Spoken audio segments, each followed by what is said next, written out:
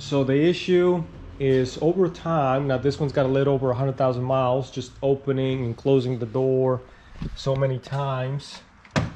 It's caused an issue with the door cables. So over time, opening and closing has broken the wires, and it had been attempted to be repaired before, and dumb butt connectors didn't hold up. And Ford had the part in stock, so I assume it's a common issue. Got to remove the door panel. We got two 6mm screws here, one there, and then the other one over here. We gotta remove this panel here, so just use the flat screwdriver. So I had already popped it off.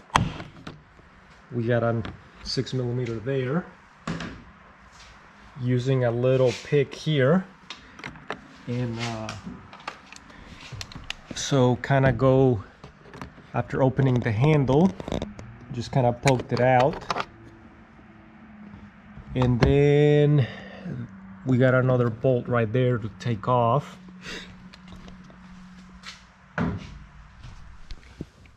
All right, now you might be wondering, well, why didn't you take the door handle cable off? Well, I don't need to.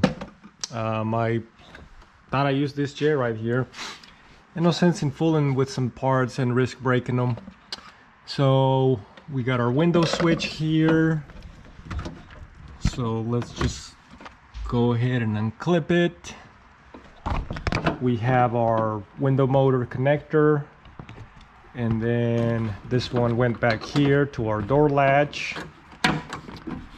So window motor, door latch, and then we have the speaker back here, and that's all there is to it. Just 4 wires. So just got 4 wires, so all I gotta do is just clip them, and this have the little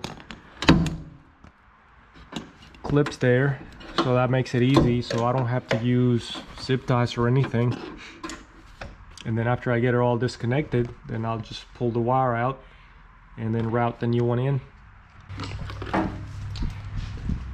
So here's the harness. One of the symptoms was intermittently the door latch wasn't working, because we got the door latch cable, this one, and then later on it just developed to other issues as more of the wires were getting broken and intermittent connections.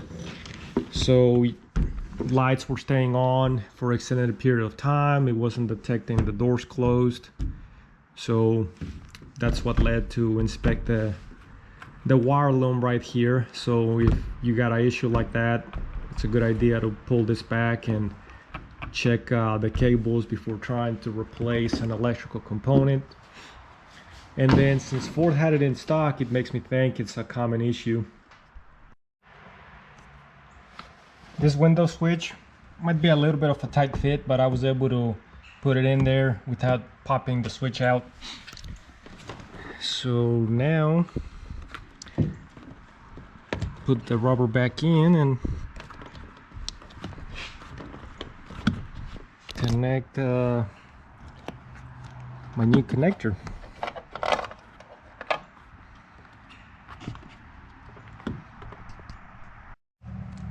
Well, that's it. I've tested the operation of my window, speaker, door lock, and let's go ahead and lock it, and then I should see that light go off here in a couple seconds. So yeah, just want to make this video on these issues that the Ford's been having with the door harness. So thanks for watching.